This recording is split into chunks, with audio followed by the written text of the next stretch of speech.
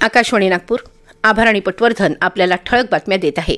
महाराष्ट्रात भाजपचे नेते आणि निवडून आलेले मुख्यमंत्री देवेंद्र फडणवीस यांनी आज राज्यपाल CP राधाकृष्णन यांची भेट घेऊन राज्यात सरकार स्थापन करण्याचा अधिकृत दावा केला आहे.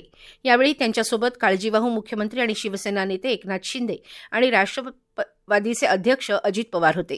राज्यपालांनी शिवसेना, राष्ट्रवादी काँग्रेस आणि महायुतीच्या इतर सहयोगी पक्षांच्या शिफारसी स्वीकारल्या असल्याचं आणि उद्या आपल्याला शपथ घेण्यासाठी आमंत्रित केलं असल्याचं फडणवीस यांनी बैठकीनंतर पत्रकार परिषदेला संबोधित करताना सांगितलं.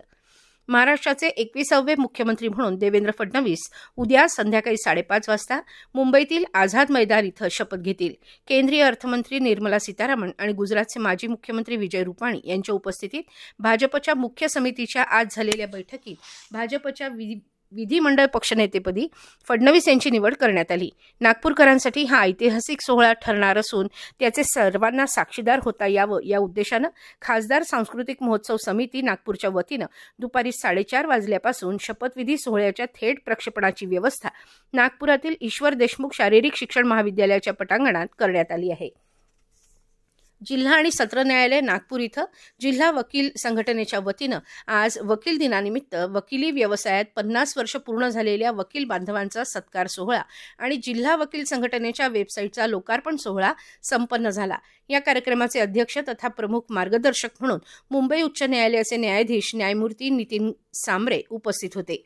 इंदोरा 2 कमांड क्षेत्रामध्ये शुक्रवार दिनांक 6 डिसेंबर रोजी सकाळी 10 वाजल्यापासून 14 तास पाणी पुरवठा बंद राहणार आहे.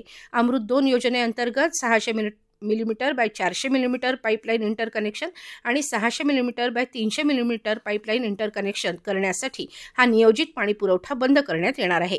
विदर्भात आज सर्वात कमी किमान तापमान चंद्रपूर इथं 16.4 अंश सेल्सिअस इतकं नोंदवलं गेलं. इतर सर्व जिल्ह्यांमध्ये किमान तापमान 18 ते 23 अंश सेल्सिअसच्या दरम्यान होतं. तर बुलढाणा वगळता संपूर्ण विदर्भात कमाल तापमान 30 ते 33 अंश सेल्सिअसच्या दरम्यान होतं. याबरोबरच हे ठळक बातमीपत्र संपलं. नमस्कार.